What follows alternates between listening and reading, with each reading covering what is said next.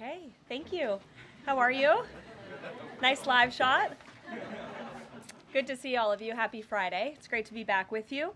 I want to provide an update on President Trump's actions in the wake of the catastrophic air collision that tragically claimed the lives of 67 people at Reagan National Airport on Wednesday night. Everyone in this White House continues to mourn the victims and keep their friends and families in our thoughts and prayers during this unimaginable time. First, within moments of the collision, the president and his newly appointed team were in immediate communication. The president was briefed on Wednesday evening following the crash, again on Thursday morning, and he has continued to receive updates as recovery efforts continue on the ground. The president, as you know, took time to address the nation yesterday afternoon. To deliver accountability, President Trump swiftly signed a memorandum directing an immediate assessment of the Federal Aviation Administration to ensure the federal government is maintaining the highest personnel and policy aviation safety standards. The memorandum directs the Secretary of Transportation and the FAA Administrator to immediately review all hiring decisions and changes to safety protocols made during the prior 4 years, and to take all necessary corrective actions to achieve uncompromised aviation safety. The review will include a comprehensive assessment and reversal of any deterioration in hiring standards and aviation safety standards and protocols during the previous administration. Aviation safety was addressed by President Trump before this tragic collision even took place. On his second day in office, the president signed a memorandum to immediately stop Biden DEI hiring programs and return to non-discriminatory, merit-based hiring. And in 2018, during President Trump's first term, the Department of Transportation announced it would put an end, at that time, to use the biological questionnaire that was introduced by the Obama administration, which punished skilled applicants. President Trump has long led on the issue of aviation safety, and he will continue to do so. He will continue to deliver on the promises he made to the American people at record speed. The Senate has already confirmed 8 of President Trump's exceptional cabinet nominees, including most recently Transportation Secretary Sean Duffy, as you of course know, EPA Secretary Lee Zeldin, and Interior Secretary Doug Burgum, who is scheduled to be sworn in later today. We expect the Senate to continue quickly confirming the remainder of President Trump's well-qualified nominees in the days ahead. Earlier this week in the East Room, the president proudly signed the Laken-Riley Act into law, surrounded by Laken's loving parents and sister. This common-sense bipartisan law mandates the federal detention of illegal aliens who are accused of theft, burglary, assaulting a law enforcement officer, and any crime that causes death or serious bodily injury, like the animal who murdered Laken-Riley in cold blood. This was the first piece of legislation President Trump proudly signed as the 47th President of the United States, and it will guarantee that Laken did not die in vain. As Laken's mother, Allison, tearfully said during the signing event, President Trump said he would secure our borders and that he would never forget about Laken, and he hasn't. He's a man of his word, and we trust that he will fight for the American people. Those are the words of Laken's mother, and we will never forget them. So to help lock up even more criminal illegal aliens, President Trump signed a memorandum this week to detain them at Guantanamo Bay. This action will expand the Migrant Operations Center at Naval Station Guantanamo Bay to full capacity to provide critical extra detention space for high-priority criminal illegals. Our brave ICE agents continue to arrest more and more of these types of individuals every day in communities across our country. And I have more updates for you. On January 27, 2025, ICE Chicago arrested a citizen of Guatemala who has been convicted of solicitation to meet a child, disturbing, and sentenced to 24 months probation. On January 28, 2025, ICE Atlanta arrested a citizen of South Korea who has been convicted of 9 counts of possession or control of material depicting minors in sexually explicit conduct. On January 28th, ICE New York arrested a Mexican national previously charged by the state of New York for attempted murder and possession of a weapon and assault. And on January 28th, ICE Philly arrested a citizen of Mexico who has been convicted of possession of child pornography. Our message is simple. If you are a criminal, illegal alien, you will be arrested and deported. On another important matter, the nation's report card was released this week, and the news is not good. It showed that U.S. students had record low reading comprehension scores last year.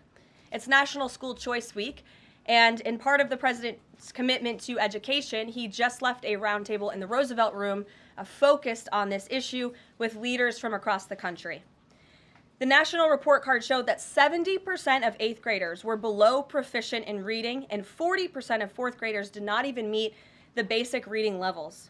This is completely unacceptable to the president, and he continues to take aggressive actions to address this education problem in our country. He signed an executive order this week prohibiting federal funding of the indoctrination of our children, including radical gender ideology and critical race theory in the classroom. The president believes American education should focus on cultivating patriotic citizens who are ready for the workforce.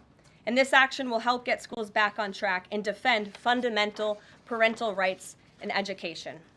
The president also signed a school choice executive order expanding educational freedom and opportunity for families. And in lighter news, but in exciting news, after announcing our briefing room changes on Wednesday, this White House has received more than 10,000 submissions from individuals across the country who are eager to join all of you. We might have to make this room a little bit bigger to do that, who want to participate in our new media seat at a future briefing. So in this seat today, we have the Ruthless podcast. They humbly started by entertaining small audiences on Capitol Hill, but after 4 years, this program has become one of the most influential podcasts in America. They previously reached #1 on the charts and earned over 25 million downloads as they deliver political news with a humorous touch. The hosts are Josh Holmes, Michael Duncan, Comfortably Smug, and the man joining us today, John Ashbrook. So with that, I will take your questions. John, please kick us off. Thank you very much. Karoline, in your first briefing, the media went after this administration for deporting illegal immigrants they claimed were not criminals. That's The right. question is, do you think they're out of touch with Americans demanding action on our border crisis? The media out of touch? I think the media it certainly is out of touch, and I think that's proven by a number of things, John.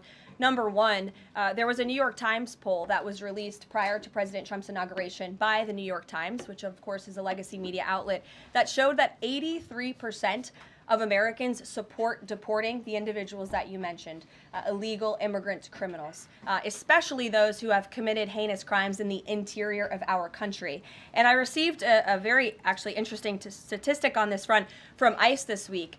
97% of the deportations that this administration has made thus far are of individuals who had a removal order from the previous administration, but were never removed from the interior of our country. So this shows that the previous administration was actually defying our laws, and all this administration is doing is simply following the laws, the immigration laws of this great country. Thanks for the question, John. Anything else? No, that's it. Okay, great. Peter. Thanks, Karoline.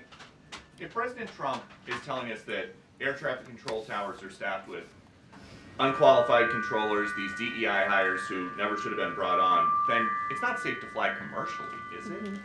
The president was asked and answered this yesterday, and he believes that it is still indeed safe, and Americans should feel safe traveling our skies. With that said, two things can be true at the same time, and we certainly have seen the deterioration of federal hiring standards at the Federal Aviation Administration, and the president wants to increase those standards. He wants pilots in this country who have the great responsibility of flying American citizens by the tens of millions every single day to be chosen for that position based on their merit and their skills. And so the administration will continue to prioritize this. Was the air traffic controller in the DCA tower on Wednesday night hired or not fired at some point because of his or her race?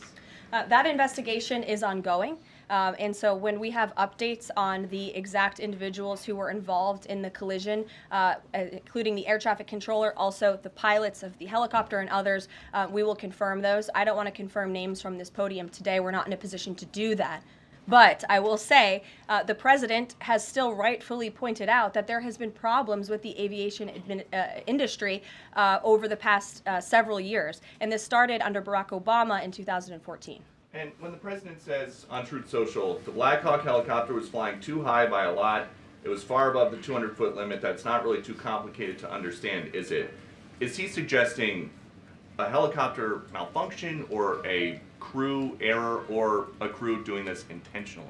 No, the president is simply stating what he said in that True Social post, which is that the helicopter was flying higher than it should have been, which is one of the reasons that led to this collision. And the other reasons for that are still being investigated, and I will let that investigation play out. Kelly. Some of our colleagues have obtained a memo from the Defense Intelligence Agency that talks about not holding any activities or programming related to Black History Month to be in line with the president's views on diversity, equity, and inclusion. Does the president plan to have a proclamation about Black History Month? In his first term, each of the 4 years of his term, he did so and called on those in government to have programming activities and celebrations.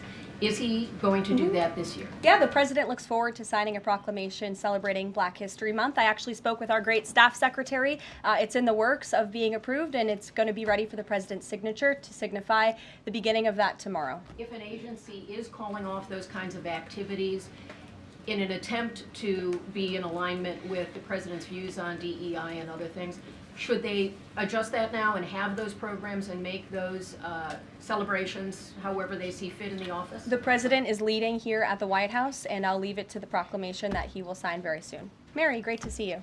Thanks for having us. So I wanted to follow up on the gender executive orders you mentioned. First of all, we know that President Trump has taken a bunch of steps to protect children from irreversible transgender procedures. Is he interested in backing congressional legislation on this point? And does the Trump administration have interest in investigating doctors who perform these irreversible procedures on kids, such as a double mastectomy on a minor girl?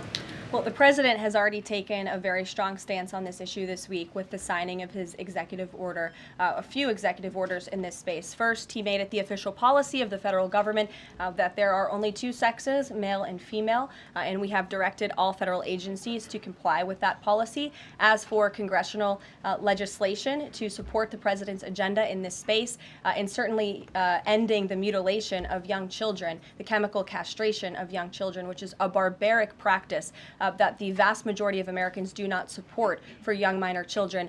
Certainly the president would support Congress's efforts, as he has already made that very clear this week. Jennifer. On Rick Grinnell's trip to Venezuela to meet with Nicolas Maduro, is there anything you can share on timing on that, what his agenda is, what the mission of that trip is? Yes, so I can confirm that Rick Grinnell is in Venezuela today.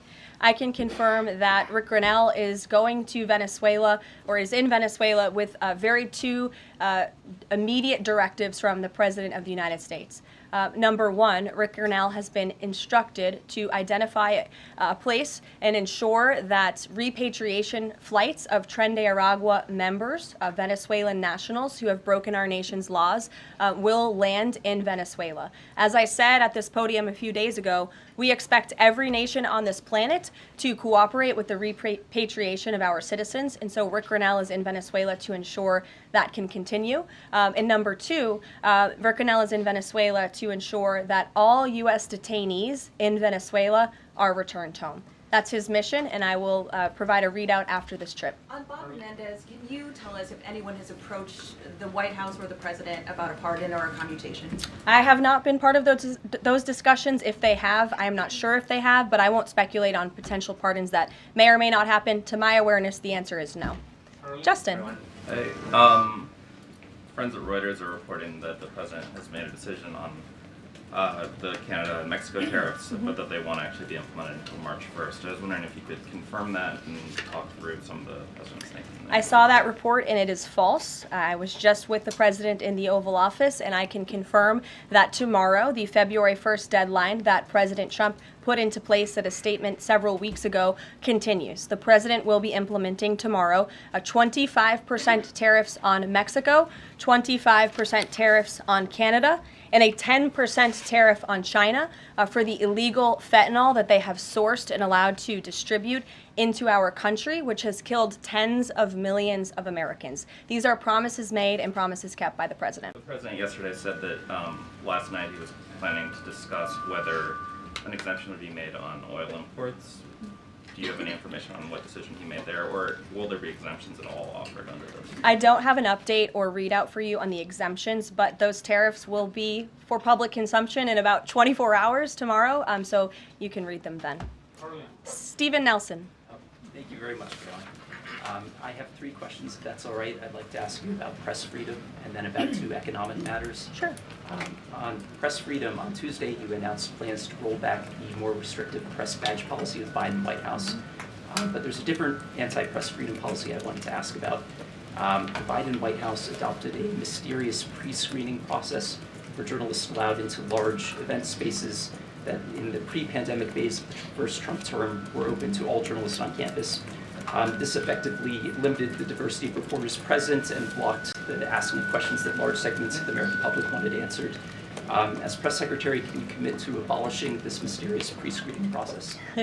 There were a lot of mysterious processes that my team and I have had to unravel over the past 2 weeks that were implemented by the previous White House and in particular the previous press shop here. And so I can commit to a greater access and transparency, which I believe we already have by ensuring that the 440 journalists whose credentials were revoked will be reinstalled. They will get their credentials if they wish to. We've also, of course, opened up a new seat to new media.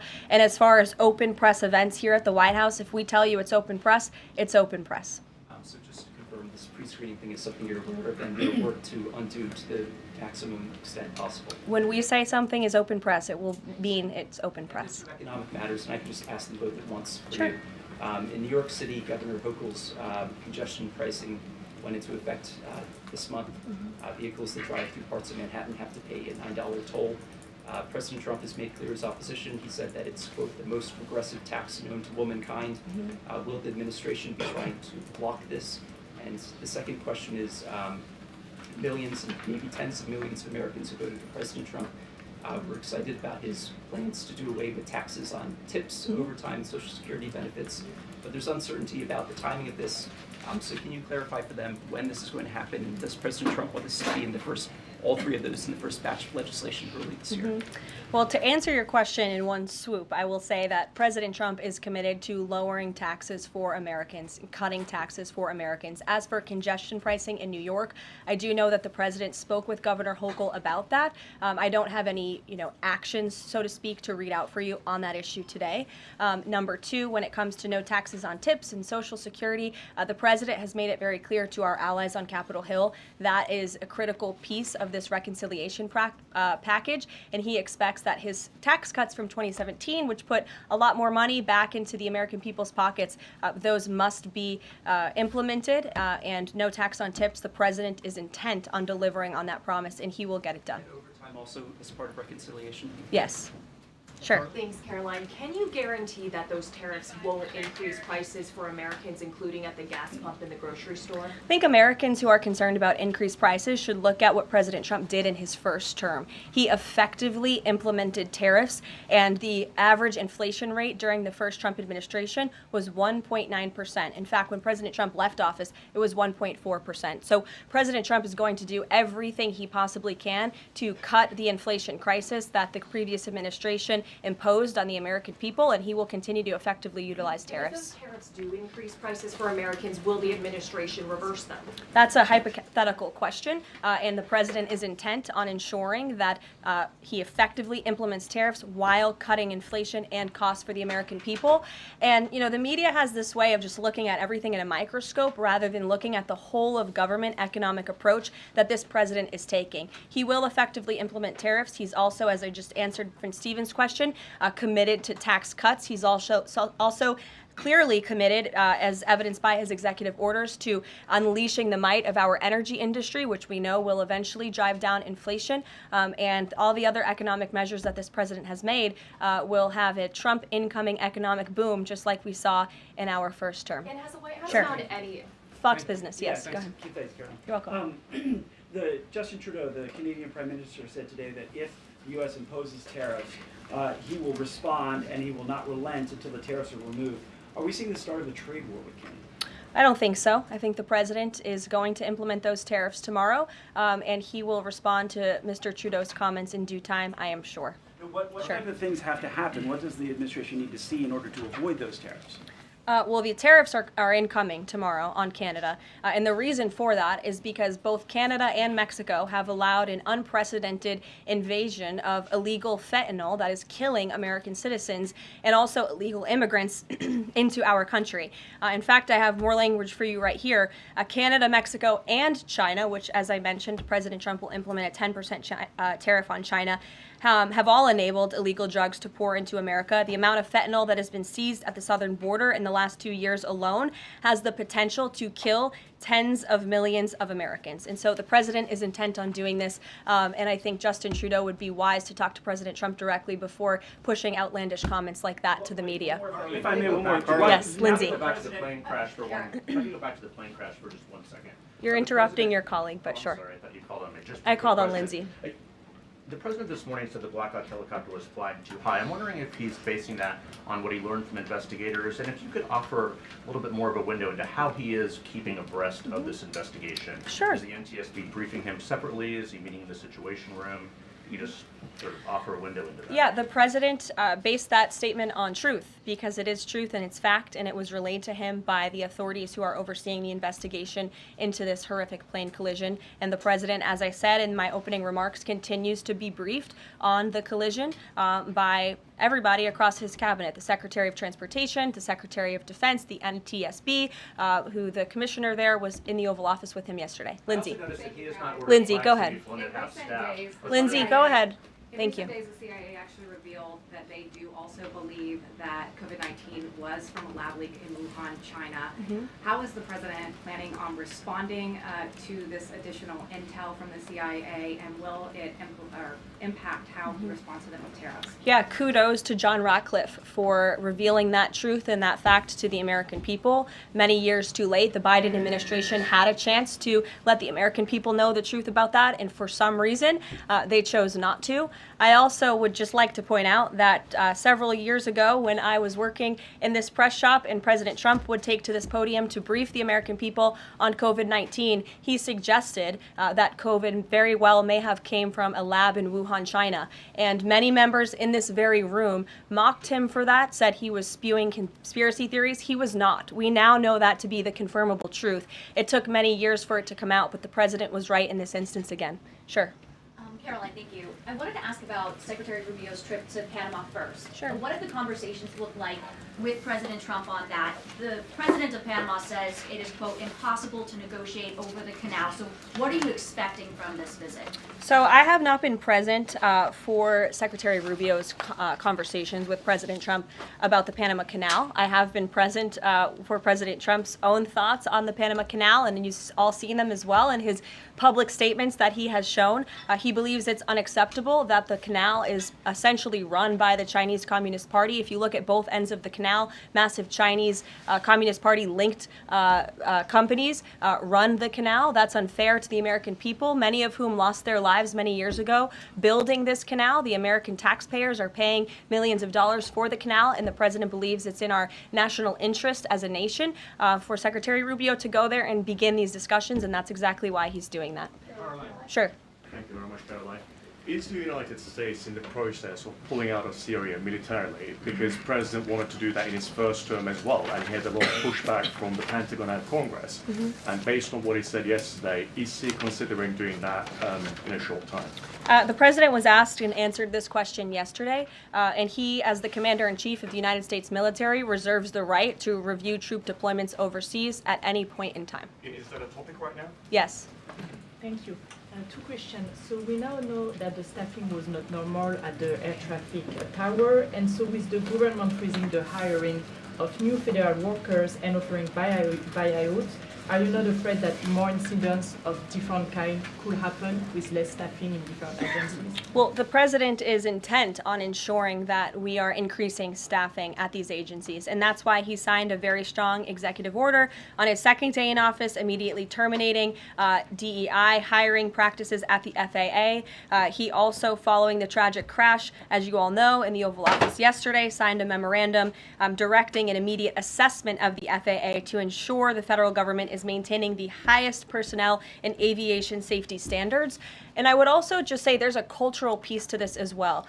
If you are an American who has spent many years studying aviation and you graduate from school and you're an air traffic controller based on skill and merit, and then you apply for a job and you're forced to fill out a biographical questionnaire asking you the color of your skin and asking you where you're from in details that aren't relevant at all to the job description, I think that deteriorates the morale of people in this industry. And if you talk to people in this industry, they'll tell you that. In fact, many of them filed a lawsuit against the FAA a couple of years ago under Joe Biden's administration because they were denied positions because of this DEI hiring practice that was putting identity politics over merit and skills. That's unacceptable. And I think just to put a fine point on this, because this is the third or fourth question I've answered on this subject, when you are flying on an airplane with your loved ones, which every one of us in this room has, do you pray that your plane lands safely and gets you to your destination, or do you pray that the pilot has a certain skin color? I think we all know the answer to that question, and as President Trump said yesterday, it's common sense. Rob Crilly. Yeah, I'd just like to follow up on that last question, actually.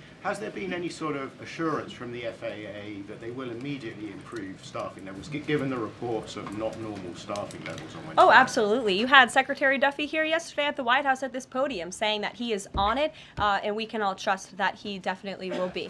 John Decker. Thanks a lot, Carol. You called me, right? Yes, I did. Thank you very much. As long as your name's still John Decker. It is, absolutely. Thank you. The president's meeting today with the founder and CEO of NVIDIA. What is that meeting concerning, and who sought that meeting? I don't have details on this. It's a private meeting. It will take place at 2:30 p.m. I'll try to get there in time, and I can let you know after. How's that? On Guantanamo Bay, can you give more details about setting up that detention facility at Gitmo? How will that come about? What's the timing in terms of standing it up? And of course, this has happened before during the Clinton administration. Yeah, that's right. Detainees of Cuban and Haitian descent were both detained at Guantanamo. Are you looking at that model in setting up this detention facility? Secretary Hegseth, I believe, was on television this morning answering this question, and he said that the Department of Defense is already on it. He has directed his agency to ensure that Gitmo is increasing their capacity for beds, and that's exactly what President Trump's executive order did. It directed Secretary Hegseth and also Secretary Noem to expand the Migrant Operations Center at the Naval Station to provide for this extra detention space. And as Secretary Hegseth confirmed this morning, that operation is underway. Sure. Caroline, on the tariffs, can you clarify whether those will actually be going into effect tomorrow, or Yes. whether there might be some lead time? Yes. And are those, they will be going into effect tomorrow? Correct. And are those meant to be in place long term, or is there a scenario in which Canada, Mexico, and China can offer concessions and then they would be removed? At this point, the president has made it very clear those tariffs are going to be implemented and in effect. If the president at any time decides to roll back those tariffs, I'll leave it to him to make that decision. But starting tomorrow, those tariffs will be in place. Sure. Thanks, Caroline. Yes. Can you confirm a report by our friends at the Daily Mail that the British Prime Minister Keir Starmer is going to be visiting the White House in February? And also, if I may, do you have any more details on Netanyahu's visit here next week? Sure. I have not seen that report about the Prime Minister. I can go check back with our friends at the National Security Council and get back to you on that. I can confirm that Prime Minister Netanyahu will be here on Tuesday, February 4th, for a working meeting and visit with the President. And I'm sure you will all be here, very excited to cover that visit. Sure. Daniel. Thank you, Caroline. You're welcome. Back on the Guantanamo Bay subject, specifically, obviously, why does the president feel like that's the best location or a good location to make sure that Americans are safe from violent, illegal migrant crime?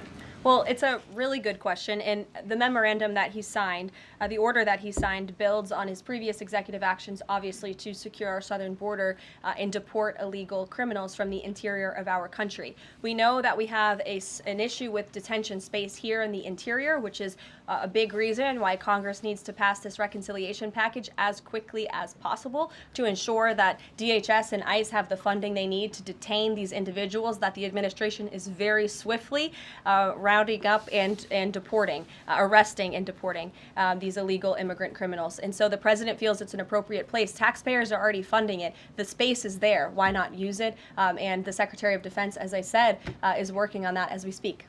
Sure. Yes. Thank you so much for having me here and answering a question.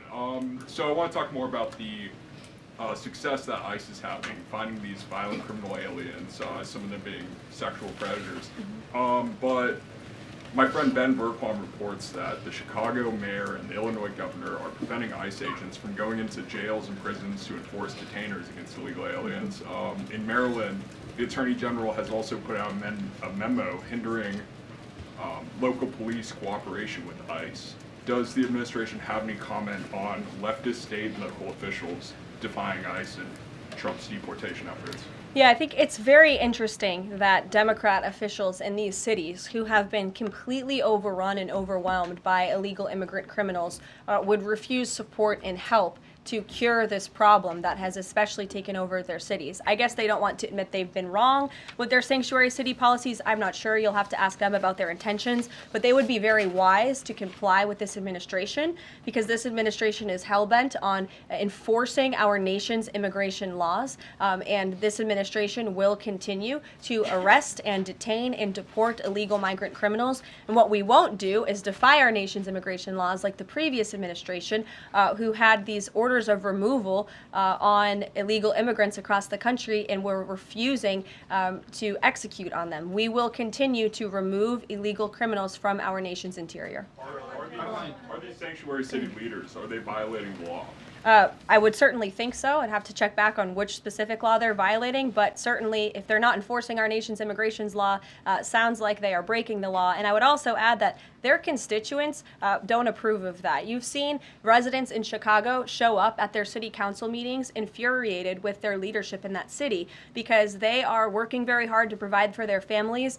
They want public safety and law and order, and their officials have abandoned those very basic American principles in these cities. And the American people want law and order. It's, again, an overwhelmingly popular policy to deport illegal criminals from our nation's interior, and this administration will continue to affect that goal. Sure. Sure. A question on Colombia.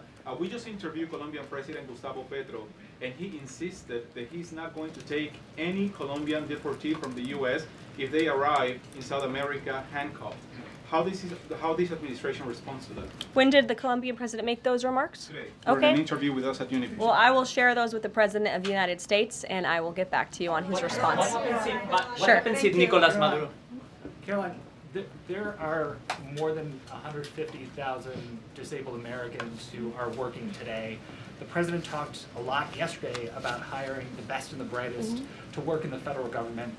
Safety aside, does he believe that disabled people do have a place to work in the federal government? And does he also support the current protections for disabled people working in the private sector as well? The president has made it very clear that this is a common sense solution to solving some of the problems that we have seen at the Federal Aviation Administration and also when it comes to many of the federal agencies across our government. People should not be hired based on their disabilities, based on their skin color, their gender, their race. None of that matters. What matters to this president and this administration is how well you can do your job, and the American people agree with that sentiment. So it's about competence, skill, and merit. And so the president is focused on ensuring that the most competent individuals, the best and the brightest in this country, are in positions in this federal government, especially when it comes to public safety.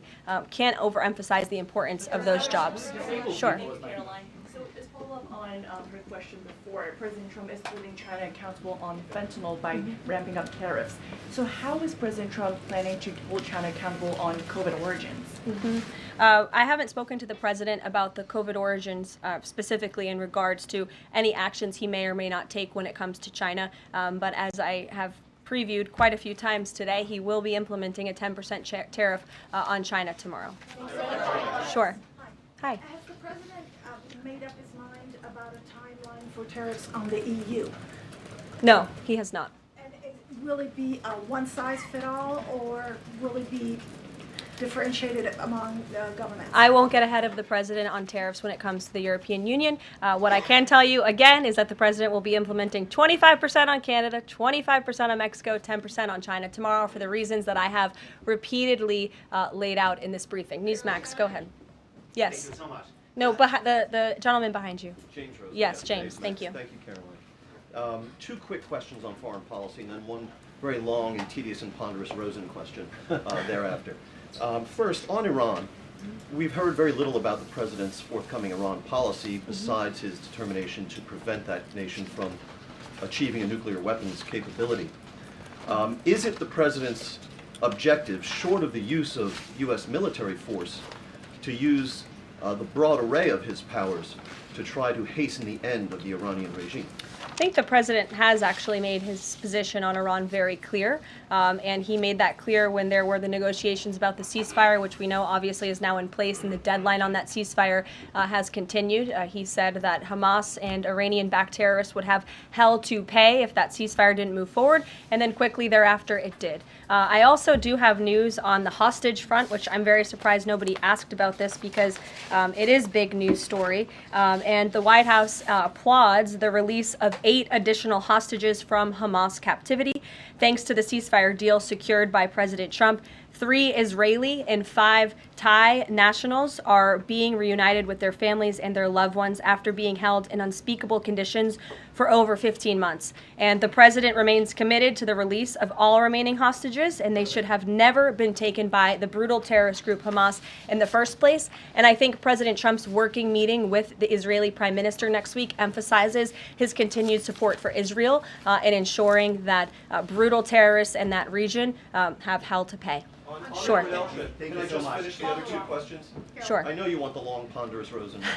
But first, on the Grinnell trip, as you know, under the previous administration, the U.S. recognized the opposition candidate in last year's elections, Edmundo Gonzalez, now exiled, as the legitimate president of Venezuela. Does the president's dispatching of Ambassador Grinnell to negotiate directly with President Maduro today mean that the U.S. now officially recognizes President Maduro as the legitimate president of Venezuela? Absolutely not. As I made it very clear, former ambassador and now special envoy Rick Grinnell is going to Venezuela with 2 very clear directives. Make sure that Tren de Aragua members, of which there are 400 currently in custody, are repatriated back to Venezuela, and that all United States detainees return home. Thank you very much, guys. Just on the president's use of language in this room yesterday, sure. And without seeking to cast myself as some kind of moral exemplar because it's rather late in the day to try. Nonetheless, this was an event yesterday that began with a moment of silence for the victims of the air crash and the president's own invocation of, quote, a loving God. And then he uncorked that expletive to insult a former cabinet officer. It was the same expletive that I saw him use in the East Room in 2020 when he famously held up the Trump acquitted headline. My question is, if you could shed any light for us on how the president perceives his use of public profanity, which is a practice that certainly sets him apart from all of his predecessors. Does he regard it as an effective communications device, part of his appeal, or is it something that he lapses into inadvertently, perhaps in times of frustration and later regrets? I think one of the things that the American people love most about this president is that he often says what they are thinking, but sometimes lack the courage to say themselves. And I think yesterday at this podium, you heard President Trump express great frustration, perhaps even anger, with the previous administration's policies, many of which have led to the crises that our country is currently facing and that this president is focused on fixing. Thank you guys very much. Have a great weekend. We'll see you next week.